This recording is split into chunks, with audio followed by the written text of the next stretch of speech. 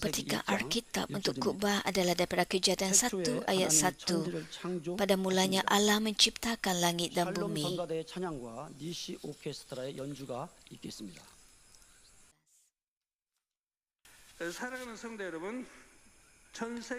Saudara-saudara yang saya kasihi dalam Tuhan, semua orang kudus dari gereja cawangan dan gereja tempatan, penonton GCN dan semua anak Tuhan yang menghadiri ibadat ini dalam talian.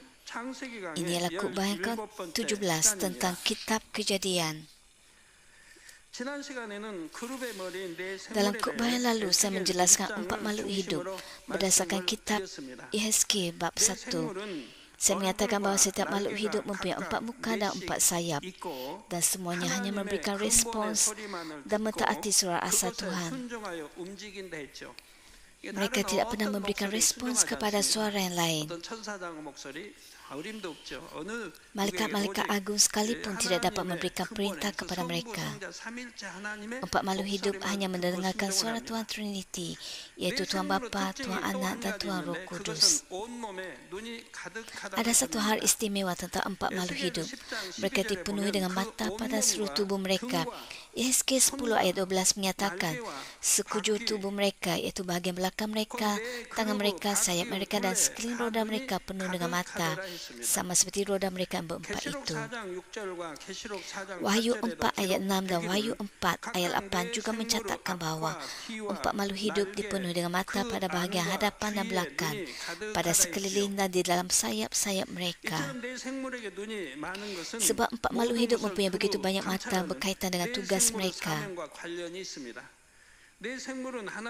Memandangkan 4 makhluk hidup ini mengiringi Tuhan dan paling dekat dengannya, mereka harus memantau dengan sempurna di mana-mana dan tidak boleh terlepas pandang apa-apapun. Mereka juga mengelidik bumi ini atas perintah Tuhan. Sudah tentu Tuhan Bapa mengawasi manusia di bumi melalui 7 roh. Namun begitu 4 makhluk hidup memantau bukan sahaja bumi, malah seluruh alam semesta. Dengan mata yang menutupi seluruh tubuh mereka, mereka mengetahui segala-galanya. Tidak ada yang dapat terlepas daripada pandangan mereka. 4 makhluk hidup sepenuhnya mengetahui, walaupun gerakan terkecil, roh-roh jahat. Pada waktu darurat, mereka memerintahkan kerup di bawah pengawasan mereka. Aturan di dalam dunia rohani terurus dengan baik dan sempurna. Baik dunia rohani yang milik Tuhan Bapa maupun dunia roh jahat dan iblis beroperasi di bawah sistem yang teliti.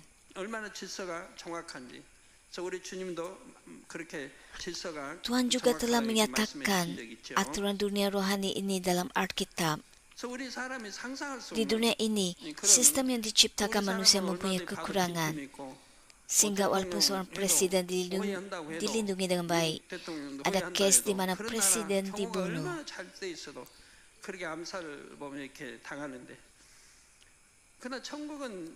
Organisasi dunia rohani adalah sempurna dan semuanya dipantau tanpa pengecualian. Hal ini juga berlaku di dalam dunia roh jahat. Beginilah caranya 4 makhluk hidup melakukan kawalan. Dan dalam keadaan darurat, kumpulan-kumpulan kerup di bawah perintah mereka segera bergerak setelah menerima arahan daripada mereka. Berkat mata yang meliputi seluruh tubuh mereka, mereka dapat menguruskan tugas mereka dengan sempurna untuk mengiringi dan mengawal. Perkara yang diperhatikan oleh setiap daripada 4 makhluk hidup adalah berbeza.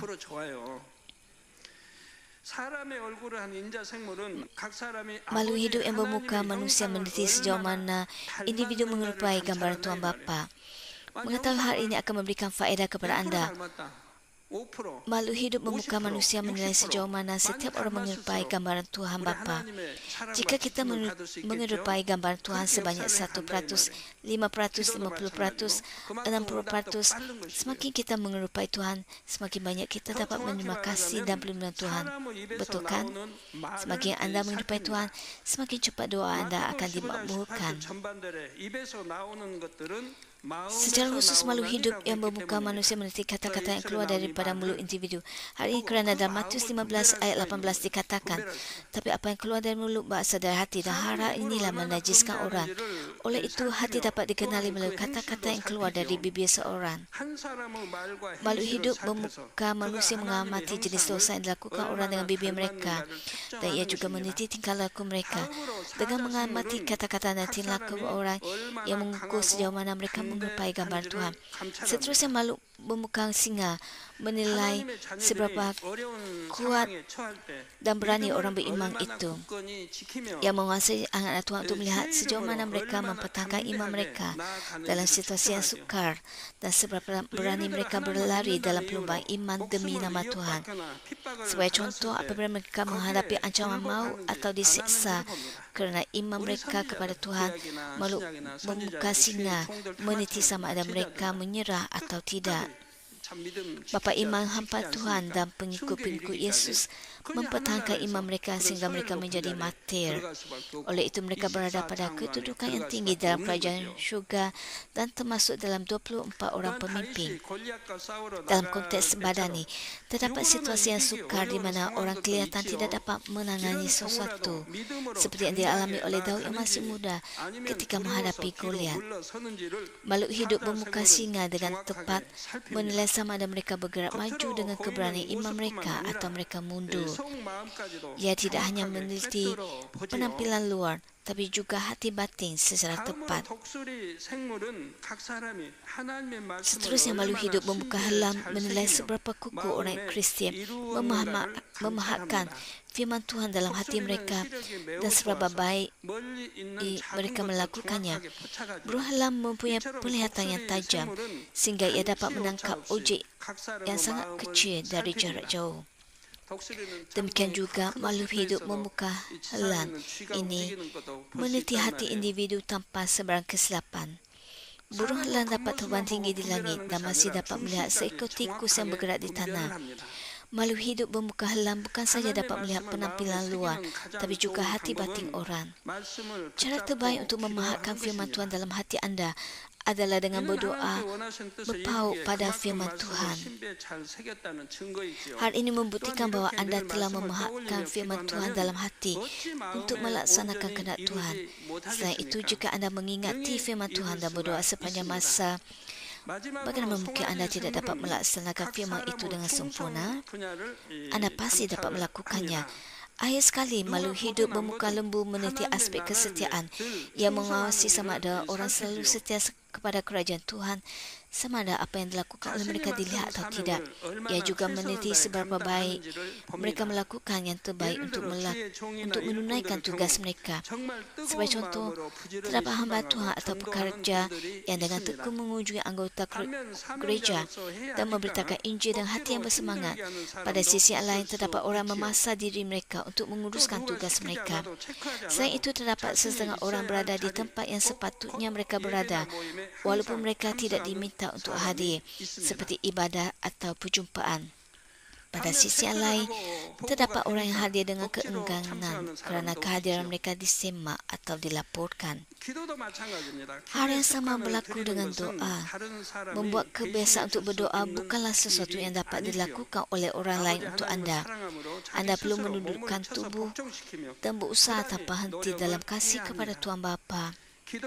Hanya apabila anda berdoa, anda dapat menerima rahmat dan kekuatan dari syurga serta menyunatkan hati anda.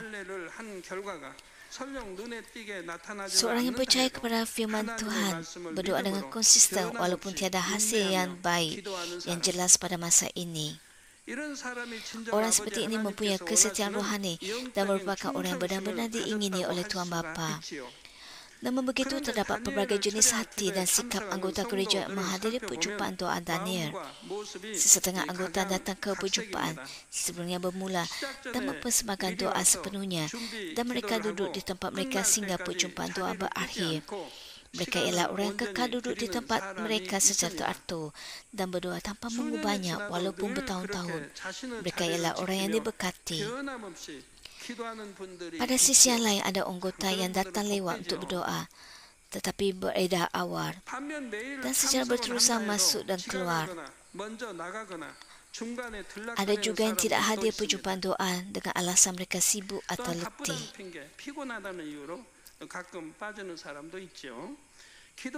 Tanpa menyebut sikap fikiran, terdapat banyak cara yang berbeza untuk berdoa. Mendisiplinkan diri dan memupuk hati anda ialah cara yang paling penting untuk menunjukkan kesetiaan anda di hadapan Tuhan. Tahap kesetiaan setiap individu adalah berbeza-beza. Makhluk hidup bermuka lembu meneliti dengan tepat tahap kesetiaan setiap individu. Oleh itu, walaupun orang lain tidak mengiktiraf kesetiaan dan pengabdian anda, Tuhan melakukannya dan Dia melakukannya dengan tepat. Melalui 4 makhluk hidup, 7 roh dan malaikat yang tidak terkira banyaknya, Tuhan menerima laporan terperinci tentang segala-galanya. Kemudian Tuhan membalas anda dengan pahala di syurga mengikut apa yang telah anda lakukan. Dan Dia juga membolehkan anda menerima berkat di bumi ini. Saudara dan saudari yang saya kasihi, aspek-aspek yang diperiksa oleh 4 makhluk hidup adalah berbeza, tapi semuanya dirangkumkan menjadi seberapa banyak hati anda berubah menjadi roh dan kebaikan. Hari ini juga bermaksud bahawa 4 makhluk hidup mengukur tahap kejahatan dalam hati anda. Siapa yang mengucapkan perkara yang jahat dan siapa mencela kerajaan Tuhan, 4 makhluk hidup tidak terlepas apa-apa perkara. Makhluk hidup bermuka manusia mendetik kata-kata tidak puas hati, rungutan, penghakiman dan kecaman daripada mulut manusia. Makhluk hidup bermuka singa memperhatikan betapa licik dan pengecupnya manusia bertingkah laku ketika menghadapi ancaman tertentu. Makhluk hidup bermuka lembu meneliti sama ada anda benar-benar setia dari hati atau hanya setia secara luaran dalam bentuk tindakan. Ketika berdoa, ada orang yang berdoa tanpa memikirkan bahawa Tuhan sedang memerhatikan mereka dan hanya berdoa kerana diawasi. Adakah hal itu baik? Orang tidak memahamkan firman Tuhan dalam hati mereka, tapi hidup seperti munafik, mudah dikenali oleh makhluk hidup bermuka helan.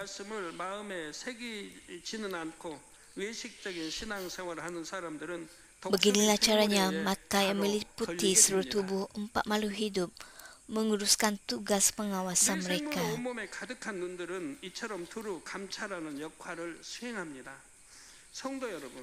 내 생물은 감찰하는 것뿐 아니라 각각 독특한 역할이 있습니다. Saudara-saudara yang saya kasih, selain tugas pengawasan, 4 makhluk hidup mempunyai peranan yang unik. Berdasarkan peranan mereka, mereka mempunyai autoriti yang besar. Apakah peranan makhluk hidup yang bermuka manusia? Makhluk hidup bermuka manusia mempunyai autoriti untuk memerintah dan menggerakkan kerup. Bilangan kerup di dalam alam rohani begitu banyak sehingga tidak dapat diungkapkan. Begitu juga dengan bilangan malaikat. Pernahkah anda membayangkan 10 bilion malaikat? Tapi adakah bilangan itu mencukupi?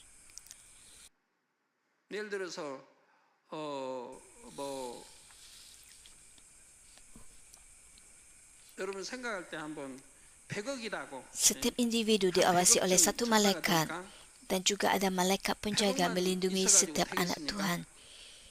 Jadi jika anda menambahkan semua malaikat ini, bilangan 100 bilion tidak mencukupi.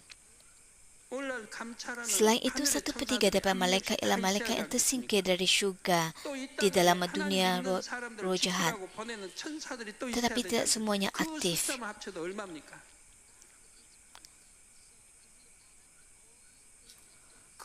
Namun begitu, sebahagiannya telah dibebaskan dari jurang maut dan aktif.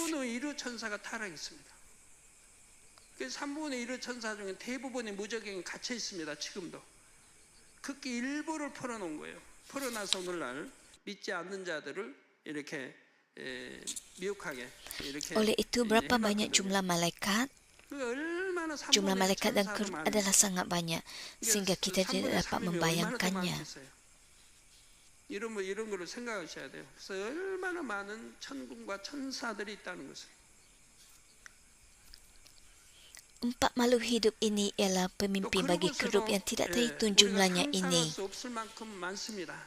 Empat makhluk hidup memerintahkan kerup ini untuk menguruskan setiap aspek tugas, mengiringi dan mengawal.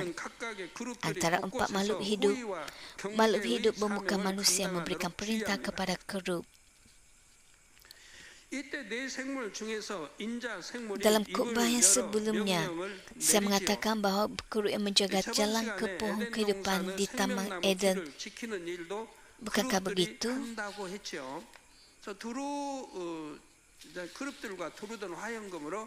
Taman Eden masih wujud dan dilindungi oleh pedang berapi yang berpusing ke segala arah dan kerup. Kerup ini memberikan respons dan mentaati makhluk hidup bermuka manusia.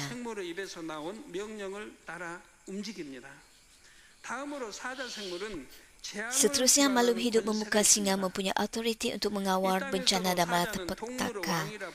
Di dunia ini pun, singa dipanggil Raja Binatang. Apabila singa mengaum, haiwan-haiwan lain berasa takut. Demikian juga apabila makhluk hidup bermuka singa membuka mulutnya, bencana yang dahsyat akan menimpa bumi ini. Bunyi itu seperti guru. Oleh itu, makhluk hidup bermuka singa tidak membuka mulutnya pada bila-bila masa sahaja. Orang harus bersyukur bahawa telinga rohani mereka tidak terbuka. Jika telinga mereka terbuka untuk dapat mendengar suara makhluk hidup bermuka singa, telinga mereka semua akan binasa. Betapa lebih terperanjat mereka. Makhluk hidup bermuka singa bertanggungjawab atas beberapa bencana dan malapetaka yang dicatatkan dalam Alkitab. Sebagai contoh, malapetaka api di Sodom dan Gomora dibawa kepada mereka kerana makhluk hidup bermuka singa membuka mulutnya.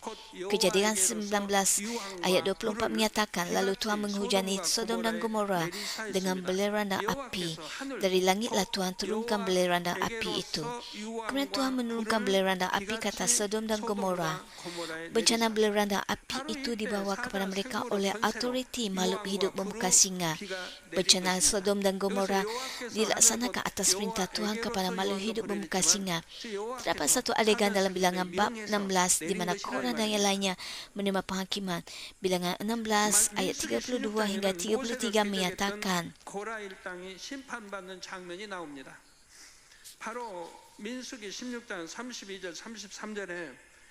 bumi menganggarkan mulutnya dan menelan mereka bersama-sama seisi rumah mereka.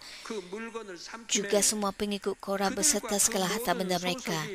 Demikianlah mereka turun hidup-hidup ke dalam alam kubur beserta semua yang ada pada mereka. Bumi pun tertutup semula dan mereka binasa daripada tengah-tengah jemaah itu. Pembukaan mulut bumi ialah berlakunya gempa bumi. Hal ini dilakukan oleh makhluk hidup yang bermuka singa. Empat makhluk hidup mengawasi bencana alam seperti letusan gunung berapi, dan antara mereka, makhluk hidup bermuka singa memainkan peranan yang utama. Makhluk hidup bermuka singa juga mengawasi malapetaka penyakit. 1 Tawarikh 21 ayat 14 menyatakan, oleh itu Tuhan mendatangkan wabak kepada orang Israel sehingga 70,000 orang antara mereka mati. Apabila wabak berlaku di sesuatu tempat yang menyebabkan kematian banyak orang, itu juga ialah kerja makhluk hidup bermuka singa. Dalam kitab Wahyu yang ditulis oleh Yohanes, anda dapat melihat bahawa empat makhluk hidup ini terlibat secara langsung dengan bencana yang menimpa bumi ini semasa 7 tahun kesusahan besar. Wahyu 6:1 menyatakan, seterusnya aku melihat anak domba itu memecahkan materai pertama daripada ketujuh materai itu. Lantas ku dengar satu daripada empat makhluk itu berkata dengan suara seperti guru. Sekarang anda tahu apa maksud suara seperti guru itu. Setiap kali materai dibuka, suatu malapetaka penghakiman menimpa bumi ini. Wahyu 15 ayat 7 menyatakan, kemudian satu daripada empat makhluk itu memberi 7 malaikat itu 7 mangkuk emas yang dipenuhi kemukaan Allah yang hidup selama-lamanya.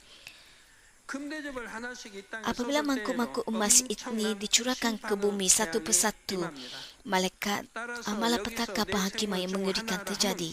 Oleh itu anda dapat melihat bahawa salah satu daripada 4 makhluk hidup itu ialah makhluk hidup membuka singa. Dengan demikian makhluk hidup membuka singa mempunyai autoriti untuk menguruskan bencana dan malapetaka. Antara 4 makhluk hidup ini, makhluk hidup membuka helam mempunyai autoriti untuk membuka dan menutup pintu-pintu langit. Pintu-pintu langit ialah pintu-pintu untuk memasuki langit kedua dari langit pertama, tempat di mana kita tinggal sekarang. Di banyak tempat di langit pertama terdapat banyak pintu yang menghubungkannya ke langit kedua. Konsep ini tidak dapat difahami dengan pengetahuan saintifik di dunia ini. Hari ini tentang dunia rohani. 예, 뭐 첫째는 보이는 하늘을 그냥 오르고 그냥 빛으로 해도 수십억 광이 올라야 되는데. Anda sudah mengetahui bahawa di dalam ruang di bumi ini Anda akan memerlukan ratusan juta tahun dari langit pertama ke langit kedua. Tapi ini bukan cara untuk melepasi langit pertama untuk ke langit kedua. Makhluk hidup membuka helang lain yang mempunyai autoriti untuk membuka dan menutup pintu-pintu ini. Pintu-pintu dunia rohani dibuka melalui gerakan sayapnya.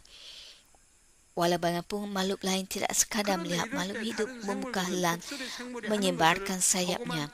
Mereka juga menyebarkan sayap bersama-sama. Walaupun makhluk hidup membuka helang membuka pintu, semua 4 makhluk hidup bergerak bersama-sama.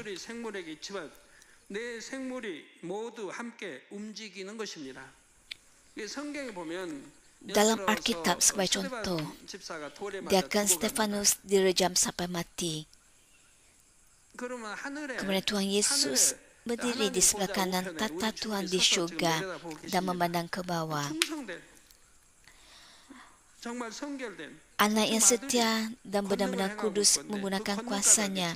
Tapi kerana kuasa itu, dia menjadi objek iri hati dan dengki, menjadi seorang pengkufur dan sekarang sedang direjam sampai mati.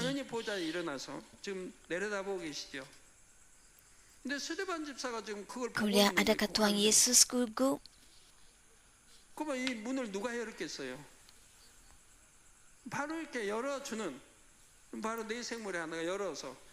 Sudah tentu dia berdiri dari tatanya dan memandang ke bawah. Namun begitu mata rohani Diakon Stefanus terbuka dan dia melihat Tuhan Yesus dalam bentuk itu. Siapakah yang membuka pintu ini? Adakah 4 makhluk hidup yang membuka pintu kedua dan kemudian ketiga dalam susunan sebegitu? Tidak. Apabila berdiri di sebelah kanan tata Tuhan itu adalah ketika Tuhan Bapa dan Tuhan Yesus berada di langit keempat. Apabila Stefanus melihat Tuhan Yesus berada di langit keempat dan Stefanus melihat langit terbuka dan penampilan Tuhan Yesus. Stefanus menceritakan apa yang dilihatnya. Maka orang di sekelilingnya memanggilnya pengkufur, lalu merejamnya sampai mati. Dan cara ini 4 makhluk hidup harus membuka pintu-pintu langit supaya kita dapat melihat mereka. Apabila mata rohani kita terbuka. Pada hakikatnya, walaupun 4 makhluk hidup mempunyai tugas dan peranan unik mereka masing-masing, mereka bekerja seolah-olah mereka satu. Secara kiasan, bahagian-bahagian tubuh kita mempunyai tugasnya masing-masing. Mata adalah untuk melihat, mulut adalah untuk makan dan berbicara, hidung adalah untuk menghidup, dan telinga adalah untuk mendengar. Ini adalah tugas utama setiap anggota tubuh tersebut. Selain itu, kaki adalah untuk berjalan dan tangan adalah untuk mengambil barang. Setiap bahagian mempunyai peranannya sendiri. Walau bagaimanapun, apabila anda ingin minum air, tidak hanya satu bahagian tubuh yang bekerja. Bahagian-bahagian tubuh yang lain juga perlu bekerja bersama-sama. Pertama, mata mencari di mana air itu. Kaki berjalan ke tempat air itu. Tangan menuangkan air ke dalam gelas dan membawa gelas ke arah mulut. Dan mulut meminum air. Dengan cara ini, setiap bahagian mempunyai peranannya yang unik. Tetapi semua bahagian tubuh bekerja bersama-sama untuk menyelesaikan tugas itu.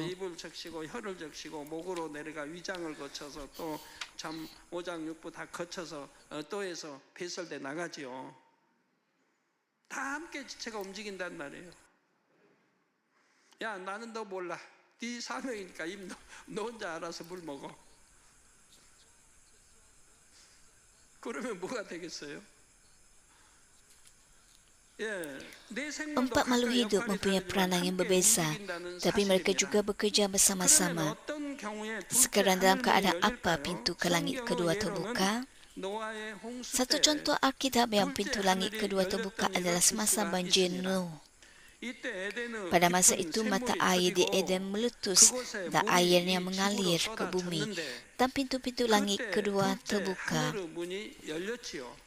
Demikian juga apabila banjir besar berakhir, air yang meliputi bumi kembali ke Eden melalui pintu-pintu langit kedua. Dalam situasi ini, makhluk hidup membuka helang yang membuka dan menutup pintu-pintu langit. Makhluk hidup membuka helang yang membuatkan kita melihat awan keluar dan menghilang pada tempat yang sama. Betapa bersyukurnya kita. Secara teori, pergerakan bintang adalah mustahil. Namun begitu oleh sebab makhluk hidup membuka pintu langit, kita dapat melihat pergerakan bintang-bintang di Taman Eden dengan mata kita. Bintang-bintang di langit pertama tidak sepatutnya bergerak seperti itu.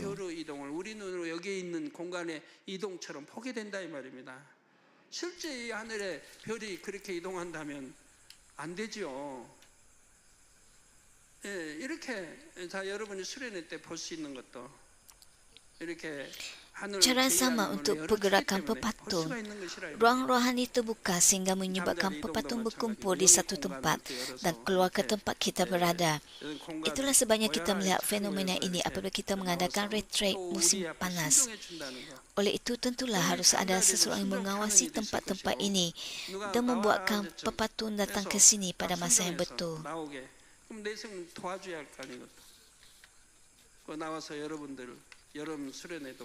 Setiap kali anda datang ke retreat musim panas, anda selalu tidak mengalami gangguan nyamuk. Betapa bersyukurnya kita kerana Tuhan melindungi Mamin seperti ini.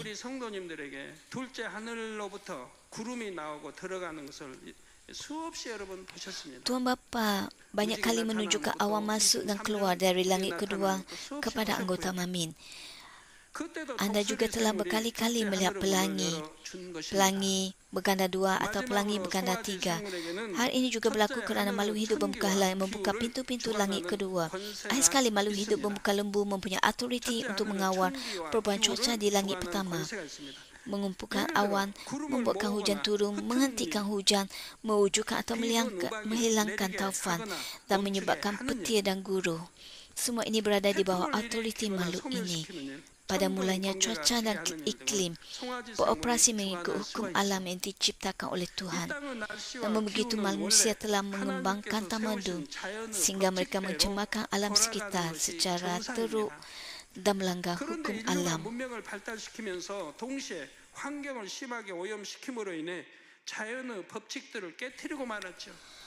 Oleh itu, apabila orang mengalami kerugian akibat hujan lebat dan musim monsun di seluruh dunia atau menderita kemarau berpanjangan, mereka menyalahkan Tuhan.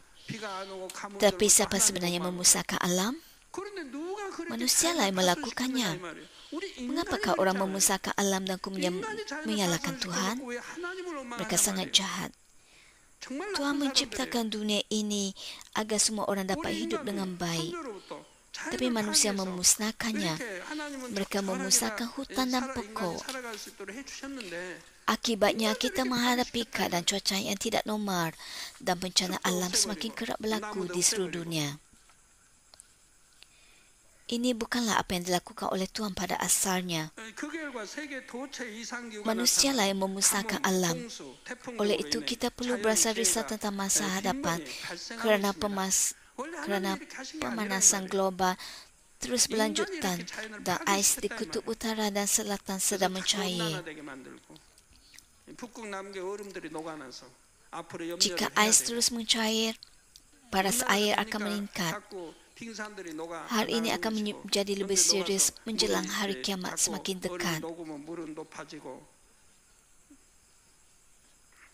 이런 흐름은 마지막 때가 될수록 더욱 심각해질 것입니다. 그런데 이러한 자연재해로 Namun begitu, bencana seperti itu dapat dihentikan pada bila-bila masa sekiranya makhluk hidup membuka lembu bekerja. Makhluk hidup membuka lembu bekerja hanya apabila bersesuaian dengan dan selaras dengan keadilan yang sewajarnya. Contohnya, jika seorang melakukan kehendak Tuhan dan mengikuti hati Tuhan, berdoa untuk perubahan cuaca dengan niat yang baik, Tuhan akan memberikan perintah kepada makhluk hidup membuka lembu. Makhluk hidup membuka lembu tidak mengubah cuaca pada bila-bila masa. Semua syarat harus memenuhi keadilan. Oleh itu, jika anda tidak sekadar berdoa, Tuhan saya percaya, tapi berdoa dengan pemahaman melalui khutbah ini tentang jenis orang yang harus anda jadi untuk layak di hadapan Tuhan, dan bagaimana berdoa dengan cara yang sesuai dengan keadilan, maka hal itu menjadi iman. Sebagai contoh, meminta saya berdoa supaya seorang ibu atau bapa yang tidak percaya kepada Tuhan untuk dapat sembuh merupakan sesuatu yang bertentangan dengan keadilan. Ibu atau bapa itu sepatutnya mendengar khutbah dan mengenali Tuhan terlebih dahulu. Namun begitu pada kebanyakan masa, apabila saya bertanya sama ada ibu atau bapa mereka menghadiri gereja, mereka berkata tidak. Adakah anda berfikir bahawa kadang akan menjadi lebih baik jika saya berdoa untuk mereka? Kita mempunyai banyak kesaksian mengenai kawalan cuaca seperti yang anda alami.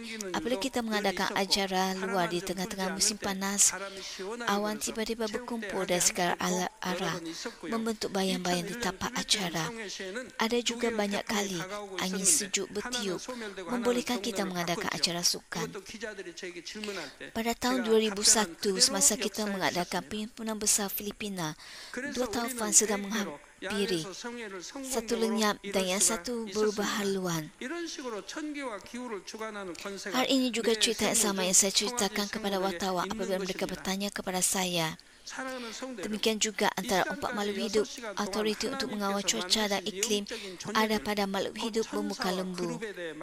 Saudara-saudara yang saya kasih dalam Kristus, setakat ini saya telah menyampaikan 6 khutbah untuk menjelaskan makhluk rohani yang diciptakan oleh Tuhan yang menjadi malaikat dan kerup. Selain malaikat dan kerup, bagaimanapun terdapat juga roh-roh jahat di dalam alam rohani. Anda harus tahu tentang roh-roh jahat ini kerana mereka memainkan peranan penting dalam pembukaan manusia. Adakah Tuhan yang menciptakan roh-roh jahat ini? Jika Tuhan tidak menciptakan mereka, bagaimana mereka akan wujud? Kita akan sampai kepada topik ini dalam khutbah yang seterusnya. Saudara-saudara yang saya kasihi, pernahkah anda melihat pertunjukan boneka? Kelihatannya boneka itu bercakap dan bergerak sendiri, tetapi sebenarnya tidak begitu. Lengan dan kaki boneka itu diikat dengan tali dan manusia mengawal pergerakannya dengan menarik tali-tali tersebut. Sama seperti boneka yang dihubungkan dengan tali kepada orang yang mengawalnya, dunia ini dihubungkan dengan alam rohani. Oleh itu adalah sangat penting untuk anda memahami alam rohani. Anda dapat memperoleh kuasa dan autoriti rohani sejauh mana anda memahami alam rohani.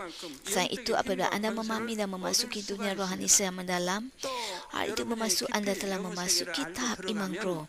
Apabila anda memasuki tahap iman roh dan tahap iman roh penuh, anda akan diberikan autoriti untuk menguasai dan mentadbir alam rohani.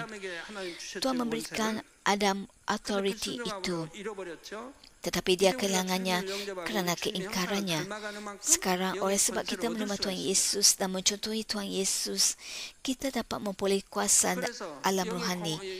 Oleh itu, jika anda mendapat kuasa roh, anda dapat mengawal sesetengah tahap penyakit, bencana dan banyak perkara lain. Para pekerja gereja, jika anggota anda dianiaya oleh suaminya, hentikanlah kuasa roh jahat dan lawatlah dia. Sebenarnya beginilah yang seharusnya anda lakukan. Orang mengunjungi anggota gereja, kenali alam roh, ikatlah kuasa roh jahat dan cegah anggota anda daripada menghalangi tugas anda. Anda harus mengunjungi mereka. Oleh itu, anda perlu tahu betapa pentingnya belajar tentang alam rohani seperti ini. 그래서 여러분들이 이런 공부하는 게 얼마나 중요한가 알아야 돼요. Jika anda belajar dan mengetahui perkara-perkara ini, ia akan menjadi kemampuan yang besar. Oleh itu, saya menggesa anda untuk menjadikan penjelasan tentang kejadian sepenuhnya milik anda pada setiap masa. Semoga anda menjadi anak-anak Tuhan dengan kuasa dan autoriti rohani. Demi nama Tuhan Yesus Kristus, saya berdoa.